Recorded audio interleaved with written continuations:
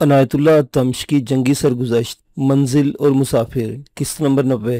अगर मैं रवायती किस्म का तारीख़ी नावल लिख रहा होता तो आशिक और आमना के इश्क व मोहब्बत के कुछ मनाजिर तख्लीक करके कलम बंद करता और बड़े रूमानी मकालमे भी लिखता और दो तीन बाब इस पर सर्फ कर देता, लेकिन वहाँ ऐसा मंजर कभी देखने में नहीं आया था।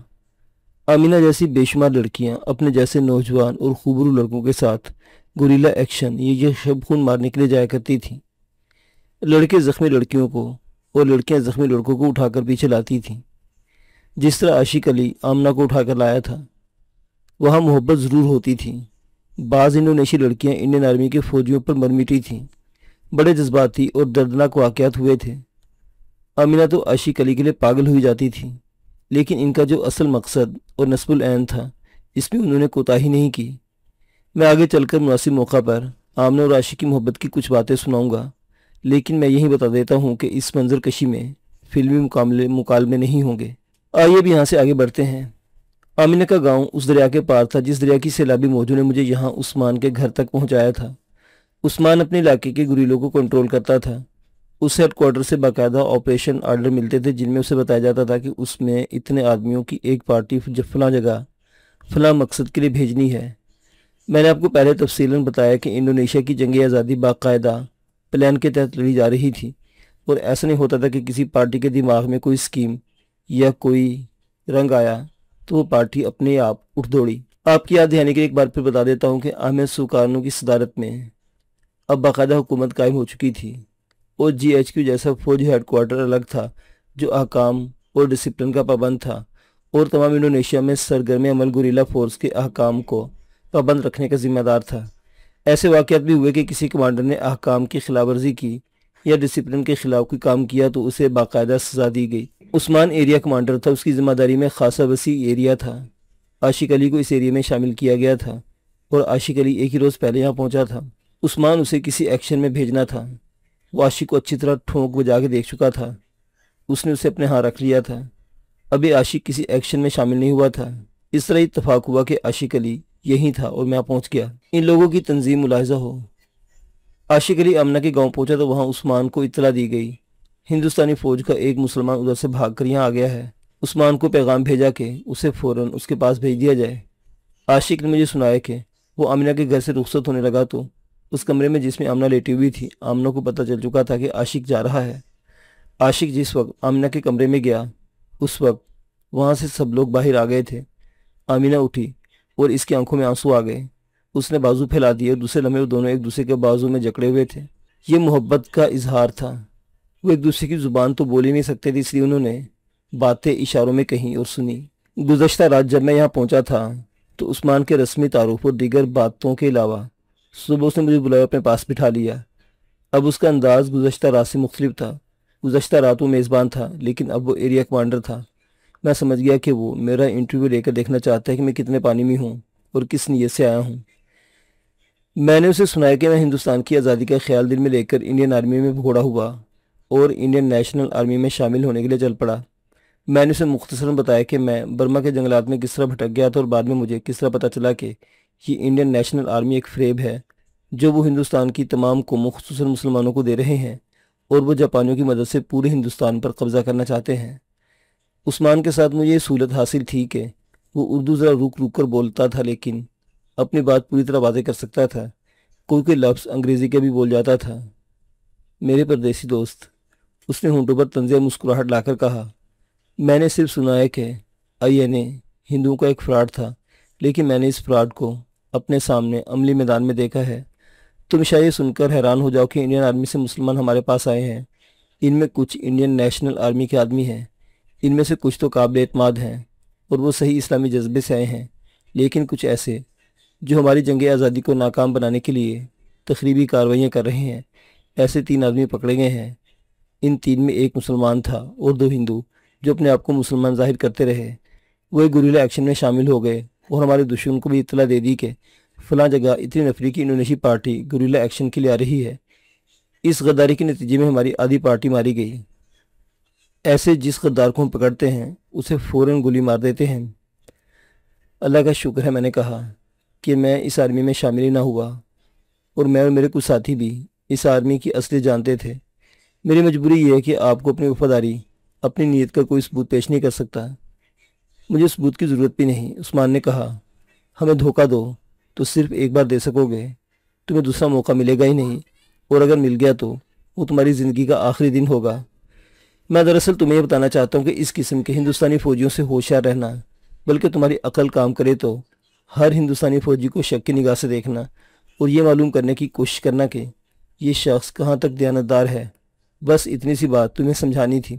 उसने तफसील से बताया कि अमेरिका और बरतानिया अपनी बेपना जंगी ताकत ले आए हैं, और इसमें उन्होंने और ज़्यादा इजाफा कर लिया है, और अमेरिका के लड़ाका बमबार हवाई जहाज़ तमाम तर इंडोनेशिया के जंगलों में बारिश की तरह गोलियां और बम बरसाते रहे हैं। इनका मकसद सिर्फ ये है कि इंडोनेशिया इतनी बड़ी ताकत से डर जाए और हथियार डाल दें। उस्मान ने कहा कि हम अपनी लाशें डाल देंगे, हथियार नहीं डालेंगे। ये बात मुझे उस्मान से मालूम हुई कि हिंदुस्तान में मुसलमान उठ खड़े हुए हैं और वो अपने अलग मुल्क का मुतालबा कर रहे हैं, जिसे पाकिस्तान कहते हैं, और उनका लीडर अहमद सुकारनो की तरह मोहम्मद अली जिन्ना है, जिसे तमाम हिंदुस्तान के मुसलमान कायद आज़म कहते हैं। उस्मान ने कायद आज़म का नाम लिया तो मुस्कुरा के मुझसे पूछा कि मोहम्मद अली जिन्ना तो नाम है, लेकिन कायद आज़म के मायने क्या हैं? वो मायने मैंने से बताए। मैं हैरान था कि उस्मान दुनिया भर की सियासी और दीगर खबरों से आगाह था। इसके पास अंग्रेज़ी अखबार भी रखे हुए थे, और अपने मुल्क और अपनी ज़ुबान का अखबार भी इसके पास था, फिर इसके पास रेडियो सेट भी था। हिंदुस्तान के मुसलमान सियासी जंग लड़ रहे हैं, उस्मान ने कहा। मेरा ख्याल है कि जंग आज़ादी हमारी तरह मुसल्लह ही होनी चाहिए। बात यह है कि मेरे दोस्त, कोई हुक्मरान तुम्हें आज़ादी प्लेट में रखकर पेश नहीं करेगा। आज़ादी ली जाती है ज़बरदस्ती, ईमान और जज्बे की ताकत से। फिर भी तुम्हारे मुल्क के हालात पलटा खा रहे हैं। मुझे उम्मीद है कि तुम लोगों को हिंदुस्तान में आज़ादी मिल जाएगी। इंशाअल्लाह तुम्हारा अलग वतन भी बन जाएगा। उससे मैंने ये बात सुनी तो मेरे तासुरात में कुछ और तब्दीली आ गई, और ख्याल आया कि मैं वापस चला जाऊँ और अपने मुल्क के मुसलमानों की जंग आज़ादी में शामिल हो जाऊँ।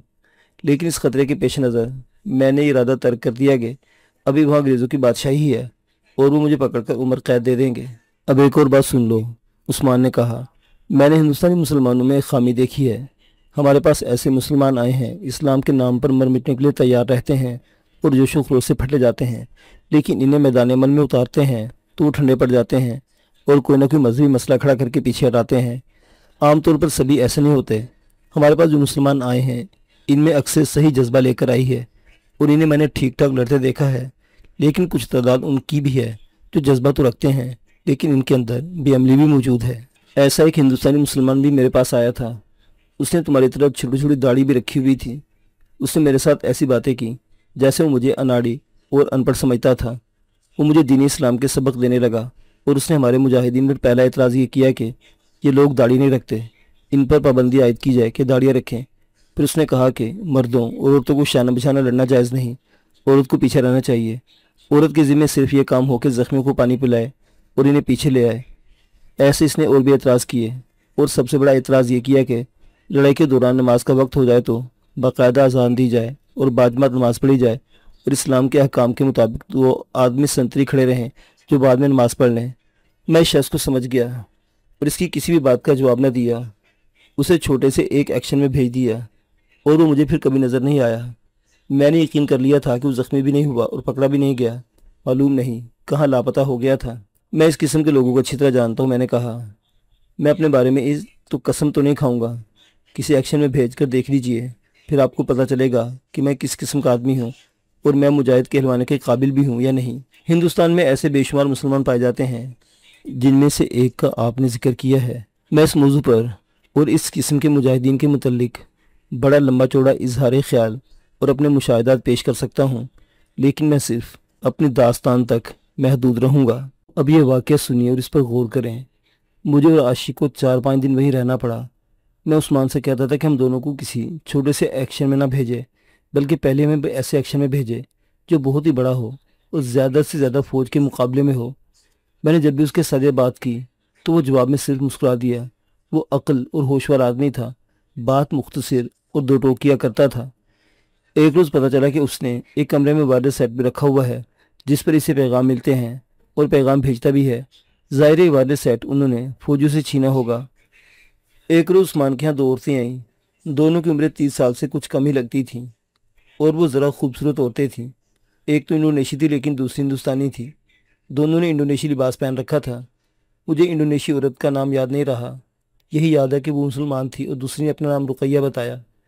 इंडोनेशी औरत से कुछ पूछना तो ज़रूरी नहीं था, लेकिन कुदरती तौर पर हिंदुस्तानी औरत से ये पूछना ज़रूरी समझा गया कि वो यहाँ किस तरह आई है। इस हिंदुस्तानी औरत रुकैया ने बताया कि उसका खाविंद इंडोनेशिया के मरकज़ी शहर जकार्ता में कपड़ों का कारोबार करता था। जंग आज़ादी शुरू हुई तो वो भी इसमें शामिल हो गया और इब्तदा में ही पकड़ा गया। इसे जेल में बंद कर दिया गया और इसके बाद उसका कुछ पता न चला। उसके भाइयों ने कारोबार पर कब्जा कर लिया और रुकैया को बेदखल कर दिया।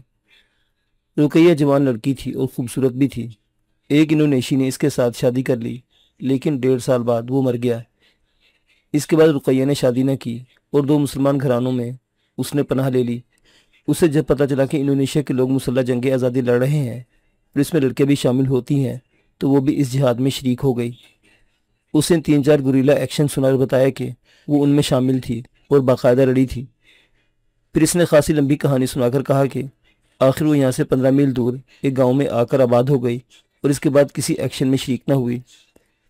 उसके साथ जो इंडोनेशिया औरत थी, उसने रुकैया के बयान की तस्दीक की और बताया कि वो भी 2 गुरीला कार्रवाइयों में शामिल हुई थी। इस औरत ने रुकैया को अपने घर में रख लिया था। इस गांव में इनकी बड़ी ठीक ठाक गुजर बसर हो रही थी, लेकिन फौजियों ने अब वहां जीना हराम कर दिया है। मैं इन दोनों का पूरा पूरा बयान नहीं सुना रहा, सिर्फ ये बता रहा हूँ कि दोनों के बोलने का अंदाज ऐसा था कि सुनने वाले को मुतासिर करता था। वो मसला ये लेकर आई थी कि 15 मील दूर इनका छोटा सा गांव है जिसमें जवान लड़कियां कुछ ज़्यादा ही हैं। उन्होंने बताया कि वहाँ से 3-4 मील दूर एक फ़ौजी कैंप है और इस कैंप में हर रात 6-7 फौजी आ जाते हैं और धमकियाँ देकर तलाशी के बहाने घरों में घुस जाते हैं और लड़कियों के साथ छेड़छाड़ करते हैं। उन्होंने ये भी बताया कि वो जिस औरत या लड़की को पकड़ते हैं उसे इस तरह डराते हैं कि रिवाल्वर या राइफल की नाली इसके सर के साथ लगाकर कहते हैं सारे कपड़े उतार दो। इन दोनों औरतों ने यह भी बताया कि गांव में 2 घर बिलंदेजियों के हैं। दोनों घरों में शराब बड़ी अफराद से मिल जाती है और उन्होंने बाकायदा शराब खाने खोल रखे हैं। फौजी वहाँ आकर शराब पीते हैं और गांव में मनमानी करते हैं। लोग वहाँ से भाग जाने के सिवा कुछ भी नहीं कर सकते, लेकिन कोई भी वहाँ से भागने की कोशिश करता है तो गांव से दूर या नज़दीक फौजी से पकड़ लाते हैं और वापस गांव ले आते हैं। ज़्यादातर लड़कियों के वालिदैन वहाँ से निकलने की कोशिश करते हैं, लेकिन इन्हें निकलने नहीं दिया जाता। आप सिर्फ ये बताएं कि आप चाहती क्या हैं? उस्मान ने उनसे पूछा। अपनी हिफाजत के सिवा हम और कुछ भी नहीं चाहती, इंडोनेशी औरत ने जवाब दिया। अगर आपको हमारी और गांव की लड़कियों की इज्जत का कुछ ख्याल है तो एक रात अपने आदमी वहाँ भेजें जो गांव में आए हुए फौजियों के खिलाफ कोई शदीद कार्रवाई करें। हम दोनों भी 2-2 3-3 मरतबा इन फौजियों के हाथों बेआबरू हो चुकी हैं। ये बात कहते हुए सूरत के आंसू निकल आए। ये मुझे बाद में पता चला था कि ये शिकायत वहाँ आम थी। जिस गांव के करीब फौजी आकर डेरे डालते थे, इस गांव में वैसी बदतमीजियाँ करते थे। इंडोनेशी मुजाहिदों की इत्तला मिलती तो वो कोई ना कोई कार्रवाई करके इस गांव को महफूज करते या वहाँ की सारी आबादी को किसी और गांव में मुंतकिल करके इस गांव को, जो गांव खाली हो चुका होता, इसे आग लगा देते थे। ये औरतें वैसी शिकायत लेकर आई थी जिस पर उस्मान को ज़रा सा भी शक न हुआ, न इसने कुछ ज़्यादा सोचने की ज़रूरत महसूस की। इन औरतों ने 3 दिनों बाद की रात बताई और कहा कि उस रात फौज के तमाम अफसर, जिनमें अंग्रेज़ भी शामिल हैं और हिंदुस्तानी अफसर भी, कोई जश्न मनाएंगे। इन्हें ये बात इन बुलंदेजी घरानों में से एक घराने की लड़की ने बताई थी जिन्होंने शराब खाने खोल रखे थे। ज़ाहिर है कि ये तमाम अफसर शराब पीकर गांव की लड़कियों को अपने साथ रख लेंगे और इन्हें ख़राब करेंगे। उस्मान ने इनकी ये सारी बातें सुनकर इनसे कुछ और पूछा और कुछ हदायत दी और इन्हें रुखसत कर दिया। इन्हें इत्मीनान दिलाया कि उस रात कुछ आदमी गाँव में मौजूद होंगे, लेकिन किसी को पता न चला कि कुछ आदमी आ रहे हैं, आ चुके हैं। उस्मान ने इन दोनों के साथ अपने 2-2 आदमी भेजे कि इन औरतों का अकेले जाना ठीक नहीं। इसके साथ ही ये दोनों आदमी गांव का जायज़ा लेकर आएँ कि वहाँ का माहौल कैसा है और कितने आदमियों की पार्टी काफ़ी होगी और क्या इस पार्टी को गांव में छुपाना या गांव के बाहर जंगल में छुपा कर रखना है। दोनों औरतें फजूल सी घोड़ा गाड़ी पर आई थीं। उस्मान के आदमी साइकिलों पर उनके साथ चले गए। दोनों आदमी शाम के वक्त वापस आए। मैं इतने देख सका कि वापस आ गए हैं, लेकिन मुझे ये मालूम ना हो सका कि उन्होंने उस्मान को क्या रिपोर्ट दी है। उस्मान मसरूफ़ आदमी था और उसकी हैसियत एक कमांडर की थी, इसलिए मैंने उसके पास ज़्यादा देर नहीं बैठा था। मैं वही बात सुना सकता हूँ जो अपने कानों से सुनी या अपने आंखों से देखी थी। हुआ यह कि अगले रोज़ उस्मान ने मालूम नहीं कहाँ से 20 इंडोनेशी गुरीले इकट्ठे कर लिए। मुझे और आशी को भी उस्मान ने बुलाकर कहा कि हम दोनों इस पार्टी के साथ जाएंगे। हम दोनों बहुत खुश हुए कि जिहाद में शरीक होने का पहला मौका मिल गया है। میں آپ کو خاص بات یہ بتاتا ہوں کہ عثمان خود بھی پارٹی کے ساتھ جا رہا تھا۔ مجھے بعد میں پتہ چلا تھا کہ ان دونوں عورتوں نے عثمان پر بہت زور دیا تھا کہ وہ اس پارٹی کے ساتھ ضرور آئے۔ معلوم نہیں انہوں نے کیوں اس ضرورت سمجھی تھی اور عثمان کیوں ساتھ چلنے کے لیے تیار ہو گیا تھا۔ وہ غالباً اس کیمپ کو اپنی نظروں سے دیکھنا چاہتا تھا جس کے فوجی گاؤں میں آ کر بیہودہ حرکتیں کرتے ہیں۔ وہ کیمپ کی نفری وغیرہ دیکھنا چاہتا ہوگا۔ وجہ خواہ کچھ بھی تھی، ہوا یہ کہ عثمان بھی ساتھ چل پڑا۔ ہم دوپہر کا کھانا کھا کر چلے تھے۔ ہمیں پیدل اس گاؤں تک پہنچنا تھا۔ اس پارٹی کے گریڈوں نے میرے ساتھ اور عاشق علی کے ساتھ نہایت ہی پیارا سلوک روا رکھا۔ سب باری باری ہمارے ساتھ چلتے اور اشاروں میں کچھ کہتے اور خوشی کا اور محبت کا اظہار کرتے تھے۔ ان میں سے ایک بھی اردو نہیں بولتا یا سمجھتا تھا۔ ان کی ہنسی اور مسکراہٹوں میں پیار اور اخوت موزن تھی۔ اگر میدانی علاقہ ہوتا تو 15 میل پیدل کوئی فاصلہ نہیں تھا، لیکن زمین کھڑ نالوں سے بھرپور تھی اور ٹیلے ٹیکریوں کا تو کوئی حساب ہی نہیں تھا۔ پھر یہ گھنا جنگل تھا۔ چند قدم چلنے کے بعد راستہ مڑتا تھا اور اس طرح فاصلہ بڑھتا ہی جا رہا تھا۔ ہم وہاں پہنچے تو سورج افق کے قریب پہنچ چکا تھا۔ عثمان نے پوری پارٹی کو ایک ٹیکری کے پیچھے بٹھا دیا اور وہ خود آگے گاؤں کو دیکھنے کے لیے چلا گیا۔ یہ دیکھ بھال بڑی احتیاط سے کرنی تھی۔ احتیاط یہ کہ یہ گاؤں میں بلندیزی بھی آباد تھے، انہیں پتہ نہ چلا کہ گوریلے آگے ہیں یا آ رہے ہیں۔ عثمان اس وقت واپس آیا جب سورج غروب ہو رہا تھا۔ وہ پارٹی کو ٹیکری کی اوٹ سے ایک طرف لے گیا۔ وہاں بھی ایسی ٹیکریاں تھیں اور جنگل تو اور زیادہ گھنا تھا۔ وہاں سے گاؤں نظر آتا تھا اور گاؤں چند قدم ہی دور تھا۔ پتہ چلا کہ بلندیزوں کے مکان گاؤں کی دوسری طرف ہیں اور جس طرف ہم چھپے ہوئے تھے یہ مکان مسلمانوں کے تھے۔ میں نے یہ بھی دیکھ لیا کہ ادھر سے ہم گاؤں میں داخل ہوتے ہیں تو دوسری طرف کسی کو پتہ نہیں چل سکتا۔ یہ کوئی بڑا گاؤں نہیں تھا، 50 یا زیادہ سے زیادہ 60 مکان ہوں گے۔ یہ بھی ذہن میں رکھیں کہ یہ ہمارے مکانوں جیسے مکان نہیں تھے، بلکہ جھونپڑے جیسے تھے جو بڑے سلیقے سے تعمیر کیے گئے تھے۔ عثمان نے انڈونیشیوں کو اپنی زبان میں کچھ ہدایات دیں اور مجھے اور عاشق کو اردو میں بتایا کہ ایک ایک آدمی اس طرف سے چھپ کر فلاں مکان کے قریب جائے گا اور وہاں اسے ایک آدمی ملے گا اور وہ اسے کسی نہ کسی مکان میں لے جائے گا۔ پھر اس نے یہ بتایا کہ رات اشارہ ملنے پر حملہ کیا جائے گا اور گاؤں کے مسلمان اتنی آگ باہر جلا دیں گے کہ پوری روشنی ہو جائے گی اور کسی فوجی کو زندہ نہیں نکلنے دینا۔ یہ میں بہت ہی مختصر بات سنا رہا ہوں۔ عثمان کی ہدایات جنگی نقطہ نگاہ سے بڑی ہی دانشمندانہ ہدایات تھیں اور وہ ایک ایک بات کو نہایت اچھی طرح واضح کر رہا تھا تاکہ یہ کارروائی ناکام نہ ہو جائے۔ اس نے یہ بھی کہا کہ آخر میں اشارہ ملے گا تو ہر آدمی اپنے اپنے طور پر واپس جائے گا اور اپنے ساتھیوں کا انتظار نہیں کرے گا۔ سورج غروب ہو گیا اور شام بڑی جلدی گہری ہو گئی۔ جنگل کی شام ایسی ہی گہری ہو جایا کرتی ہے۔ عثمان ہمارے ساتھ تھا۔ اس نے ایک ایک آدمی کو گاؤں میں بھیجنا شروع کر دیا۔ ایک آدمی گاؤں میں چلا جاتا تو دوسرا آدمی ادھر سے چل پڑتا۔ عثمان نے کہا تھا کہ اپنے ہتھیار تیار رکھنا تاکہ کسی آدمی کو کوئی دشمن یا فوجی دیکھ لے اور اسے پکڑنے کو آئے تو اسے گولی مار دی جائے۔ اس طرح ہم سب گاؤں میں داخل ہو گئے۔ میں اور عاشق ایک مکان میں چلے گئے۔ وہ ہمیں گاؤں کا ایک آدمی لایا گیا تھا۔ اب ہم اشارے کے منتظر تھے۔ مجھ پر ہی جانی سی کیفیت آ رہی تھی۔ عاشق علی کو دیکھا۔ اس کا چہرہ بتا رہا تھا کہ اس کے جذبات میں ہلچل مچی ہوئی ہے۔ ہم دونوں نے ایک دوسرے کی طرف دیکھا تو ہم مسکرائے، لیکن یہ عام قسم کی مسکراہٹیں نہیں تھیں۔ ہم پہلے ایکشن میں آئے تھے اور اس قسم کی ذہنی کیفیت قدرتی بات تھی۔ وقت گزرتا جا رہا تھا اور گاؤں میں بالکل خاموشی تھی۔ رات پوری طرح تاریک ہو چکی تھی۔ اب تک وہ ہنگامہ شروع ہو جانا چاہیے تھا جس کی رپورٹ عثمان کو ملی تھی۔ جو وقت گزرتا جا رہا تھا میری بےتابی بڑھتی چلی جا رہی تھی۔ میں نے عاشق سے کہا کہ یہ بھی ہو سکتا ہے کہ گوریلا پارٹی کو گاؤں میں داخل ہوتے بلندیزوں نے دیکھ لیا ہوگا اور انہوں نے فوجیوں کو اطلاع دے دی ہوگی کہ آج رات گاؤں میں نہ آئے کیونکہ گوریلے گھات میں بیٹھے ہیں۔ عاشق علی نے کہا کہ پھر تو یہ بھی ہو سکتا ہے کہ فوجی چپکے سے آ کر گاؤں کو محاصرے میں لے لیں اور ہم مارے جائیں۔ کچھ اور دیر گزری تو عثمان اس جھونپڑے میں داخل ہوا جس میں عاشق علی اور میں بیٹھے انتظار کر رہے تھے۔ اس نے کہا کہ معلوم ہوتا ہے کہ ہم لوگ دھوکے میں آگے ہیں، لیکن ابھی کچھ یقین کے ساتھ نہیں کہا جا سکتا۔ اس شک کی اس نے وجہ یہ بتائی کہ ہندوستانی عورت اس کے ساتھ تھی، لیکن دوسری جو انڈونیشی تھی وہ کہیں غائب ہے۔ عثمان نے یہ بھی بتایا کہ یہاں کوئی شراب خانہ نہیں اور چند ایک گھرانے آباد ہیں جس میں 3-4 بلندیزیوں کے ہیں۔ اگر یہاں افسروں نے آ کر جشن منانا ہوتا تو وہ اب تک آ چکے ہوتے۔ یہاں جشن کا کوئی نام و نشان نظر نہیں آتا۔ عثمان ابھی یہ بات کہہ ہی رہا تھا کہ باہر سے بلند آواز اٹھی۔ کوئی آدمی انڈونیشی زبان میں کچھ کہہ رہا تھا۔ عثمان نے کہا اس کا شک ٹھیک نکلا ہے۔ فوجیوں نے گاؤں کو محاصرے میں لے لیا ہے اور انہوں نے انڈونیشی زبان میں اعلان کروایا ہے کہ تمام مسلمان گوریلے باہر آ کر ہتھیار ڈال دیں ورنہ سب مارے جائیں گے اور گاؤں کو تباہ کر دیا جائے گا۔ عثمان نے یہ بھی بتایا کہ وہ اس کا نام لے کر کہہ رہے ہیں کہ عثمان باہر آ جائے۔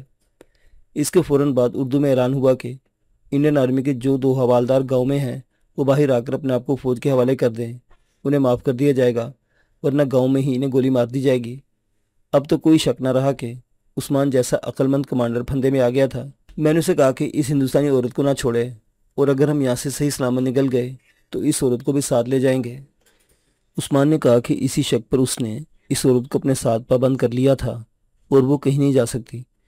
پھر عثمان نے مجھے اور عاشق علی کو ہدایت کی کہ ہم باہر آ کر کسی اچھی پوزیشن میں چلے جائیں، اور کوئی فوجی نظر آئے تو گولی مار دیں، پھر یہاں سے نکلنے کی کوشش کریں، اور اگر ہم مناسب سمجھیں اور صورتحال اجازت دے تو ہم پیچھے سے فوجیوں پر گولیاں برسائیں۔